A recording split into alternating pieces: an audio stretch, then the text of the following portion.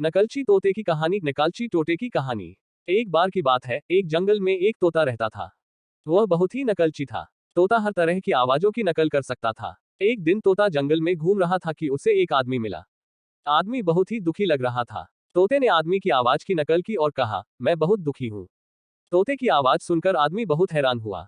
उसने कभी नहीं सोचा था कि एक तोता इंसानों की आवाज इतनी अच्छी तरह नकल कर सकता है। आदमी ने तोते से पूछा, तुमने ये कैसे सीखा? तोते ने कहा, मैं बहुत ही नकलची हूँ। मैं हर तरह की आवाजों की नकल कर सकता हूँ। आदमी बहुत खुश हुआ। उसने तोते को अपने साथ घर ले जाने का फैसला किया। वह तोते को अपने दोस्त और परिवार को दिखाना चाहता था। घर पर आदमी ने तोते को अपने दोस्त और परिवार को दिखाया। सभी लोग तोते की नकलची आवाजों से बहुत प्रभावित हुए। वे सभी तोते को बहुत पसंद करने लगे।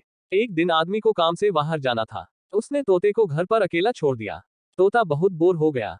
उसने कुछ करने की सोची। उसने टीवी चालू किया और एक शो देखने लगा। शो में एक इंसान गाना गा रहा था। तोते ने इंसान की आवाज नकल की और गाना गाना शुरू कर दिया। तोते का गाना सुनकर पड़ोस के लोग बहुत हैरान हुए। तोते के गायन की बात पूरे शहर में फैल गई। लोग दूर दूर से तोते को सुनने के लिए आने लगे। तोता अब बहुत ही लोकप्रिय हो गया। एक दिन एक संगीतकार ने तोते को देखा। संगीतकार तोते के गायन से बहुत प्रभावित हुआ। उसने तोते को अपने साथ अपने ऑर्केस्ट्रा में ले जाने का फैसला किया। तोता संगीतकार के ऑर्केस्ट्रा में शामिल हो गया।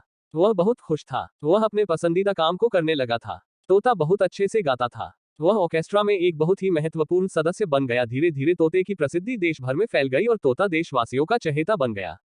शिक्षा। तोते की कहानी हमें बताती है कि हम सभी में कुछ न कुछ खास होता है। हमें अपनी खासियतों को पहचानना चाहिए और उनका इस्तेमाल करना चाहिए।